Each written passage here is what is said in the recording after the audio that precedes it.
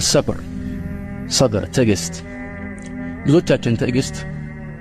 ከችግር ጋር የተቆራኘ ነገር አድርገን እናስበው ግን ትዕግስት ሲባል ብዙ ነገሮችን ያካትታል ዓለሞች በዚህ የተነሳ ትዕግስትን ወይም ሰብርን ለሶስት ይከፍሉታል የመጀመሪያው የአላህ Subhanahu Wa Ta'ala ትእዛዛት በመፈጸም ረገድ ትዕግስት ያስፈልገናል ይህን ነገር ለመፈጸም የግድ የራሳችን አነሳሽነት ያስፈልጋል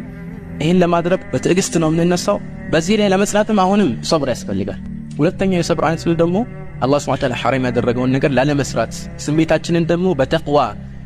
ለጉመን ለማስቀረትና ለማገት አሁንም ትዕግስት ያስፈልገናል ሶስተኛው ደግሞ እኛ የማንወደው የሆነ መጥፎ አጋጣሚ በሽታ አደጋ የመሳሰሉ ነገሮች ሲያጋጥሙን አሁንም ትዕግስት ያስፈልገናል ሰብር ሶስቱም ለአላህ Subhanahu Wa Ta'ala ተብለው ብቻ ነው ሊከናወኑ የሚገባው ሰብር አሁን በተቀስኩላችሁ በሶስቱ ዘርፎቹ